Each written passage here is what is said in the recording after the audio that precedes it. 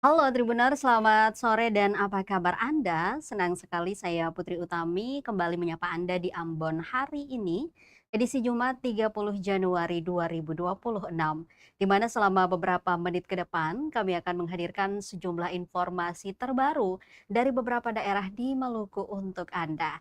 Kita mulai dengan berita pertama. Lebih dari 2 tahun Royke jadi buronan, kapan Kapolda bergelar profesor bisa menangkapnya? Publik Maluku kini tengah menaruh harapan besar sekaligus kritik tajam terhadap institusi kepolisian daerah atau Polda Maluku. Pertanyaan besar menyeruak di tengah masyarakat. Mengapa seorang mantan camat bisa begitu sulit ditangkap oleh jajaran kepolisian yang kini dipimpin oleh seorang jenderal bergelar profesor? Royke Marten Madobafu, mantan camat Taniwel Timur, Kabupaten Seram Bagian Barat atau SBB, telah menyandang status daftar pencarian orang atau DPO sejak November 2023. Namun, hingga awal tahun 2026 ini, jejaknya seolah menguap, meninggalkan luka yang tak kunjung sembuh bagi korban dan keluarganya. Kasus ini telah melewati 3 kepemimpinan Kapolda Maluku. Penetapan status tersangka dan DPO dimulai di era Irjen Pol Lotaria Latif. Tongkat estafet kemudian berpindah ke tangan Irjen Pol Edi Tambunan pada 5 Juli 2024. Di awal masa jabatan Edi Tambunan, gelombang aksi demo dari aktivis sempat pecah di Mapolda Maluku pada Selasa 23 Juli 2024.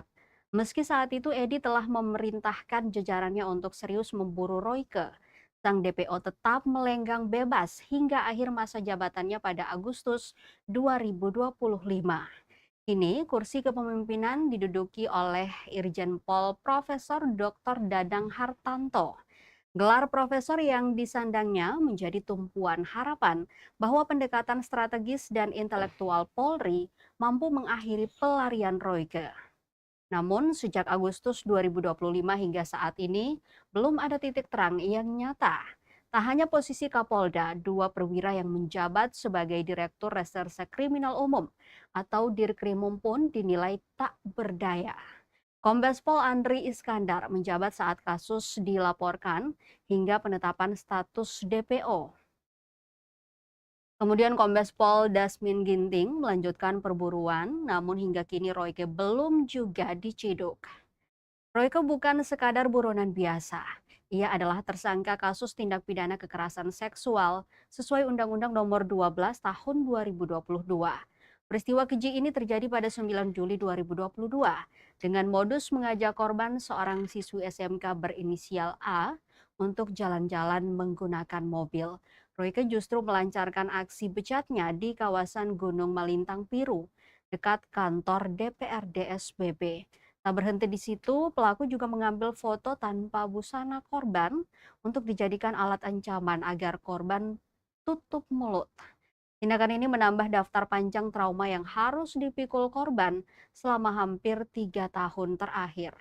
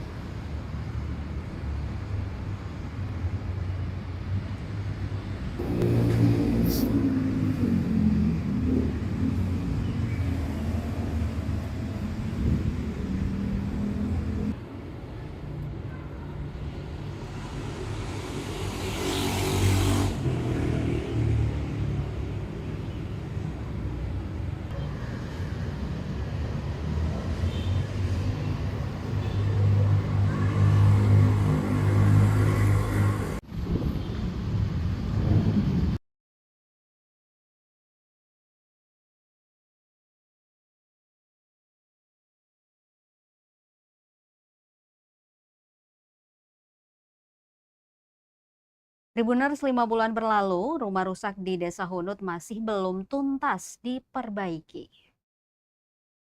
5 bulan berlalu sejak Agustus 2025 pasca konflik antar pemuda yang terjadi di Desa Hunut, Kecamatan Teluk Ambon, Kota Ambon masih menyisakan kerugian bagi masyarakat.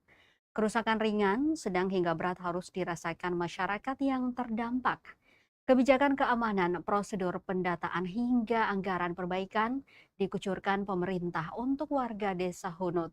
Anggaran 2,2 miliar disalurkan dari berbagai jalur pemerintah provinsi, Kota Ambon, dan bantuan dari pihak lainnya membantu perbaikan rumah-rumah warga ini. Dana 1 miliar disalurkan dari Pemprov Maluku, 600 juta dari Pemkot Ambon, dan sukarelawan luar sebanyak 700 juta rupiah. Perbaikan dengan anggaran pemerintah yang disalurkan pada November 2025 lalu mulai dikerjakan. Bersama masyarakat, pihak TNI ikut membantu membangun rumah warga. Perjalanan proses pembangunan dimulai hingga awal Januari 2026.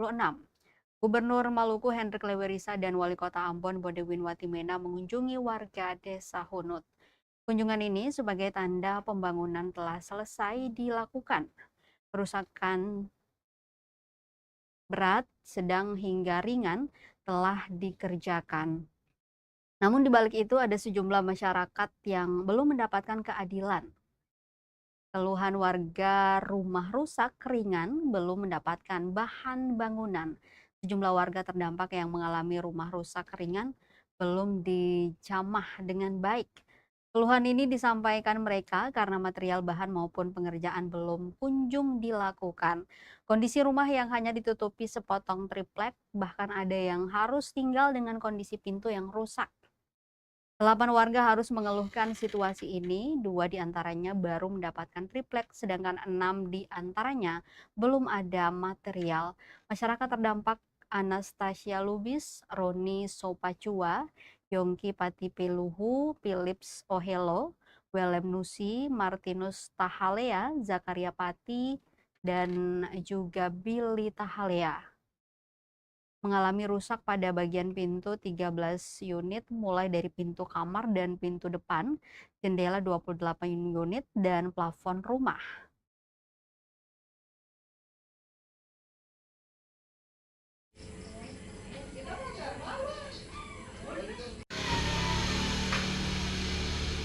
Ini memang nggak luas ya. Kelihatan ya.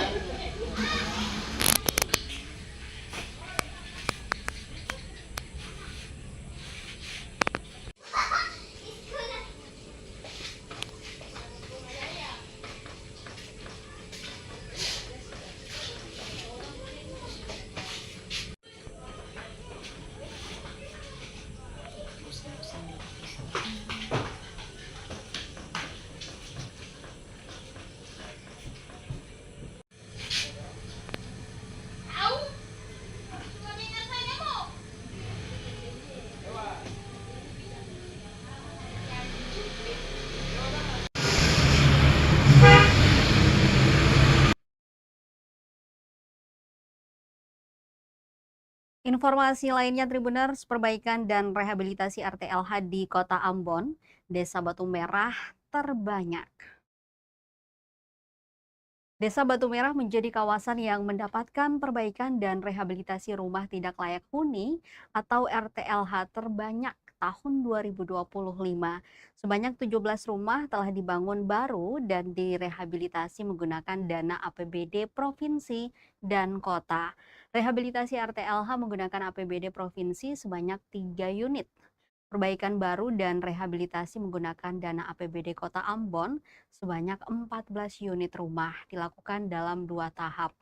Proses penetapan program RTLH bagi masyarakat harus melalui berbagai tahapan pendataan dan juga verifikasi.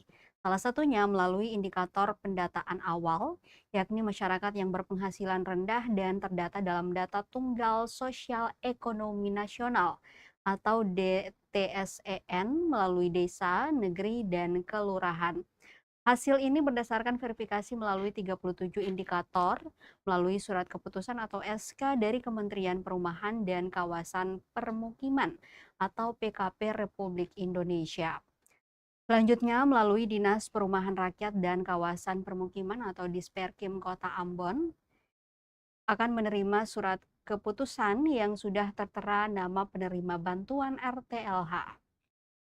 Setelah itu, dinas akan melakukan verifikasi dan perhitungan anggaran di lokasi. Kepala Dinas Perumahan Rakyat dan Kawasan Permukiman, Ivoni Alexandra Wilhelmina Latuputi mengatakan, jumlah desa Batu Merah tertinggi karena merupakan kawasan dengan kepadatan jumlah penduduk tertinggi di Kota Ambon. Namun dikatakannya proses verifikasi dilakukan dari pusat, sehingga tidak menutup kemungkinan kepada kawasan yang lainnya. Untuk peran penting dalam proses ini adalah pemerintah desa, negeri, dan kelurahan yang melakukan pendataan dan mengentry ke pusat. Dirinya mengimbau untuk memerhatikan indikator dan melakukan verifikasi dengan benar sesuai fakta di lapangan. Sehingga bantuan yang diberikan negara kepada masyarakat dapat tersalurkan dengan baik tanpa tebang pilih.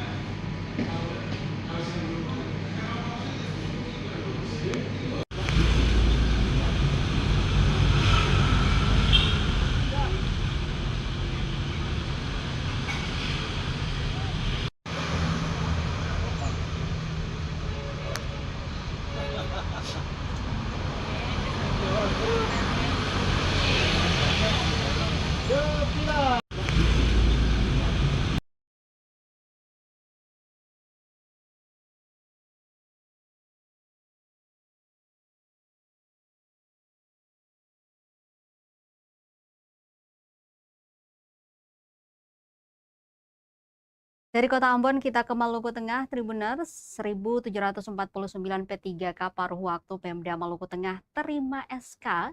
Begini pesan Bupati. Sebanyak 1749 pegawai pemerintah dengan perjanjian kerja atau P3K paruh waktu pemerintah daerah atau Pemda Maluku Tengah menerima SK pengangkatan. Penyerahan SK ribuan ASN itu dihadiri Bupati Maluku Tengah Zulkarnain Awad Amir dan seluruh pimpinan organisasi perangkat daerah atau OPD yang berpusat di Baileo Insinyur Soekarno, Kota Masohi, Maluku Tengah, Jumat 30 Januari 2026. 1749 ASN P3K itu terdiri dari 140 tenaga guru, 318 tenaga kesehatan, dan 1.291 tenaga teknis. Bupati Maluku Tengah Zulkarnain Awad Amir menekankan beberapa hal penting untuk para pegawai sebagai bekal dalam menjalankan tugas ke depan. Pertama, Zulkarnain berpesan agar ASN bekerja dengan penuh disiplin dan rasa tanggung jawab.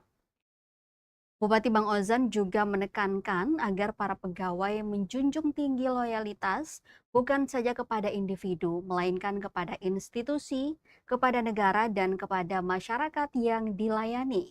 Di tengah dinamika perubahan yang begitu cepat, Zulkarnain mengajak para pegawai untuk terus mengupdate pengetahuan dan mengupgrade keterampilan agar mampu meningkatkan kualitas kinerja dan menjawab tuntutan pelayanan publik yang semakin kompleks. Ia meminta agar para pegawai menunjukkan etos kerja aparatur yang dapat diandalkan, berintegritas, dan memberikan manfaat nyata bagi masyarakat Maluku Tengah.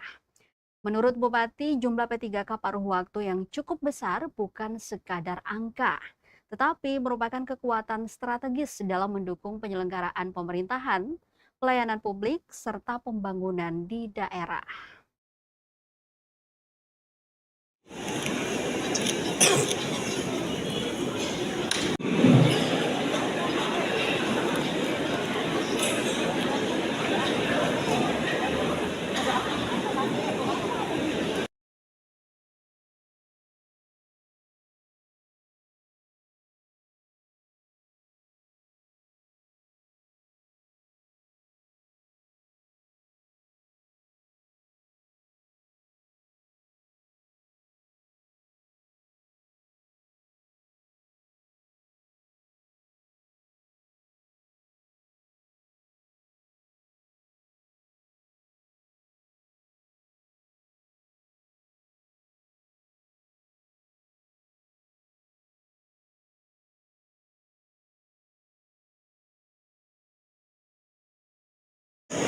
beliau hadir di sini. Penyerahan surat keputusan pengangkatan pegawai pemerintah dengan perjanjian kerja paruh waktu Kabupaten Maluku Tengah formasi tahun 2025 oleh Bupati Maluku.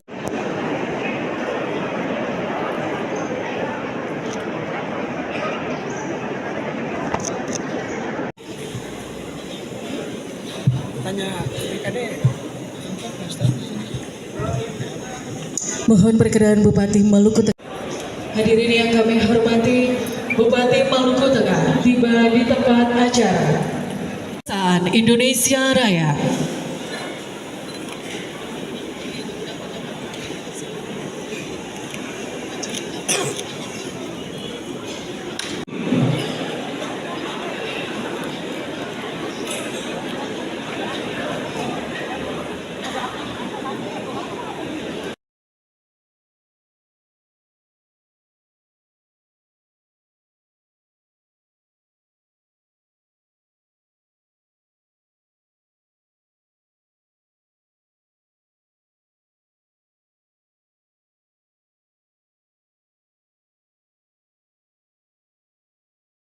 Kita ke berita terakhir, Tribuners. Sempat terbengkalai, Bupati Malteng pastikan bakal perbaiki kolam renang. Bupati Maluku Tengah Zulkarnain Awad Amir bersama sejumlah organisasi perangkat daerah atau OPD meninjau kolam renang milik Pemda Malteng yang sempat terbengkalai. Bupati meninjau secara langsung area dan kondisi fisik kolam renang yang berlokasi di daerah Sugiarto Puncak, Kelurahan Namayelo, Kota Masohi, Kabupaten Maluku Tengah. Rabu 28 Januari 2026 sore. Kolam renang ini dibangun saat periode Bupati Maluku Tengah Aman Karyaman pada tahun 1991 hingga 1997. Namun, usai konflik sosial di Maluku, kolam renang yang terletak di kawasan pemukiman warga itu mulai terbengkalai, terhitung lebih dari 20 tahun. Bupati Maluku Tengah yang kerap disapa Bang Ozan memastikan rencana perbaikan aset daerah itu. Bang Ozan optimis dengan aktifnya fasilitas itu, maka berpotensi membuka ruang pendapatan asli daerah atau PAD Kabupaten bertajuk Bumi Pamahanunusa itu. Selain itu, warga Kota Masohi dapat menikmati kolam renang ini sebagai tempat refreshing. Ia memastikan area kolam renang itu akan dimanfaatkan kembali dan difungsikan kembali dengan memodifikasi area kolam renang. Zulkarnain menyampaikan untuk desain dan konstruksi secara teknis akan dibahas intens melalui agenda rapat.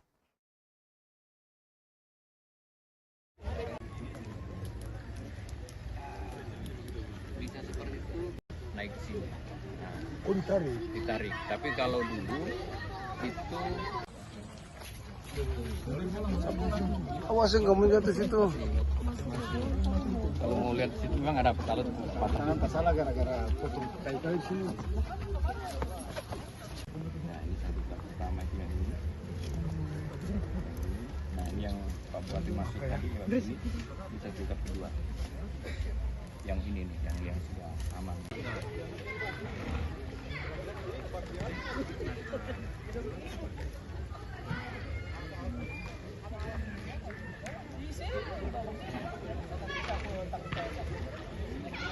Hari ini kita sama-sama dengan tim dari PU dan lain-lain, aset juga, tinjau lokasi ini biar setelah itu kita akan rapatkan bahwa gimana kita fungsikan. Terlepas dari ini tempat olahraga sebelumnya, tapi selain itu juga bisa jadi peningkatan PAD, juga bisa memicu timbulnya UMKM baru, pendapatan baru, dan juga biar ada juga tempat-tempat yang baru di Kota Masohi ini supaya warga juga bisa punya pilihan banyak untuk refresh.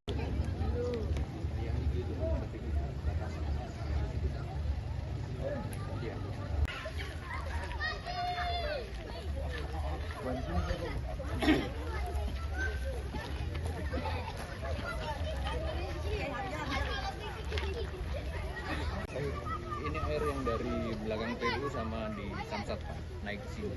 Nah, Oh, ditarik. ditarik. Tapi kalau dulu itu Awasin kamu jatuh situ. kalau mau lihat situ memang ada petalan patah. Jangan salah gara-gara potong kayu-kayu sini. Nah, ini satu pertama itu yang ini. Nah, ini yang Pak Bupati masuk tadi lewat sini. Bisa juga kedua. Yang ini nih, yang sudah aman.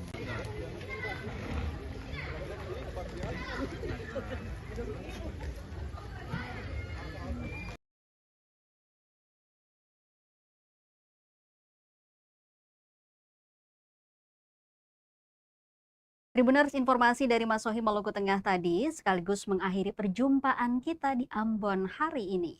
Saya Putri Utami mewakili seluruh kru yang bertugas mengucapkan terima kasih atas perhatian Anda. Selamat sore, sampai jumpa dan amato. Download Tribun X sekarang, menghadirkan lokal menjadi Indonesia.